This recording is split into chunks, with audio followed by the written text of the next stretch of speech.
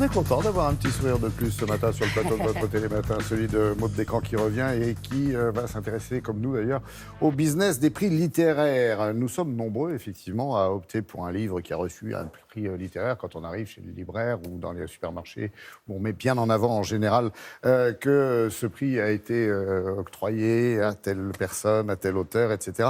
Est-ce que c'est une valeur sûre, un prix littéraire? Vous allez nous le dire, Maud, parce que c'est aujourd'hui d'ailleurs qu'est remis le prix Goncourt des lycéens. Oui. Et ça se passe à Rennes. À Rennes, exactement. Et le prix Goncourt des lycéens, c'est un prix pas tout à fait comme les autres, puisque comme son nom l'indique, le jury est composé essentiellement de lycéens. Ils sont 2000.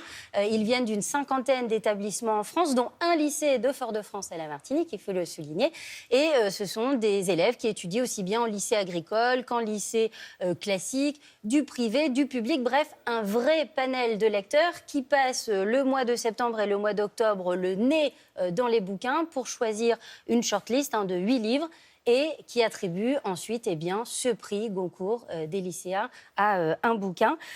C'est un prix qui a été créé donc à Rennes en 1988 et qui est toujours attribué à Rennes. Ça, c'est la tradition. Voilà, exactement. Et c'est quand même un petit peu plus récent que le Goncourt classique, puisque le Goncourt classique, lui, il date de 1892. Donc et il marche, ce prix, ça incite les lecteurs à acheter le livre? Bien sûr, vous le disiez, on a toujours le regard attiré par ce petit bandeau rouge quand on arrive en librairie ou en supermarché. Il y a une étude qui a été publiée dans la revue spécialisée Livre Hebdo qui nous dit ceci, qui nous dit qu'entre 2014 et 2018, en moyenne, le prix littéraire, le prix Goncourt des lycéens s'est vendu à 314 000 exemplaires. Donc évidemment, c'est un gage de qualité pour le lecteur, pour l'acheteur, c'est absolument énorme. Mais c'est moins quand même que le Goncourt classique, qui lui se vend en moyenne à 367 000 exemplaires chaque année. Vous savez, quand on reçoit un Goncourt, eh bien c'est évidemment des millions d'euros de chiffre d'affaires. Alors surtout pour les maisons d'édition, évidemment les auteurs en profitent également. Mais c'est surtout la garantie que ce livre va évidemment bien se vendre, mais il va être traduit, il va être réédité, donc c'est un cercle vertueux. On sait que derrière, il y a toute une économie qui se met en place. Et puis surtout, les maisons d'édition prévoient tout de suite des rééditions. Dès que le livre se voit décerner un prix, tout de suite, elles mettent une option pour rééditer le livre. Je vais vous donner un exemple. C'est le livre La Panthère des Neiges de Sylvain Tesson, qui a obtenu donc le prix Renaudot. Eh bien, il avait été tiré, alors au départ déjà à 120 000 exemplaires, ce qui est pas mal, puisqu'évidemment c'est un écrivain qui est assez plébiscité. Eh bien, lorsqu'il a reçu le prix Renaudot, eh bien, il a été réédité plusieurs fois. Là, on en est à sa 5e réédition. 180 000 exemplaires qui ont été vendus. Je pensais à un truc, c'est que le Goncourt des lycéens, c'est bien aussi pour faire lire dans les établissements scolaires. C'est pour évidemment donner le goût de la lecture aux jeunes. Tout à fait. Goncourt classique, ça reste le top des ventes? Bien sûr, c'est incontestablement le prix prescripteur. Évidemment, donc je vous le disais, 367 000 exemplaires écoulés. Derrière, on a le Goncourt des lycéens.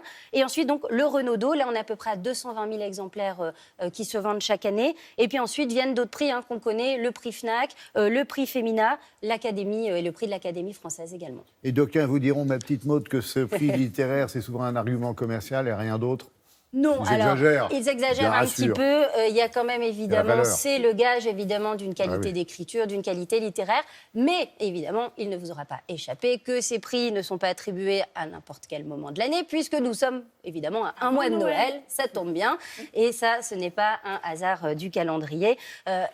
Vous le disiez en introduction, c'est vrai qu'on a tendance à offrir des bouquins, que ce soit à Noël, aux anniversaires, et on sait que ces prix, ça va être un gage. Quand on arrive à la caisse, on est sûr d'offrir quelque chose de qualité. Mais il faut replacer tout ça quand même dans un contexte qui est que le marché du livre ne se porte pas très très bien, notamment le marché de l'édition. Les éditeurs ont vu leur chiffre d'affaires très fortement baisser ces dernières années. L'année dernière, c'était moins 5%, et le marché du livre, quant à lui, les chutes ont baissé de 32% en 6 ans. Donc vous voyez, c'est un marché qui n'est pas en grande forme. Oui, il y a beaucoup de chiffres, mais on a tout compris. Merci, on vous kiffe. Pardon. Moi, les chiffres. Sylvie, n'en parlons pas. Allez,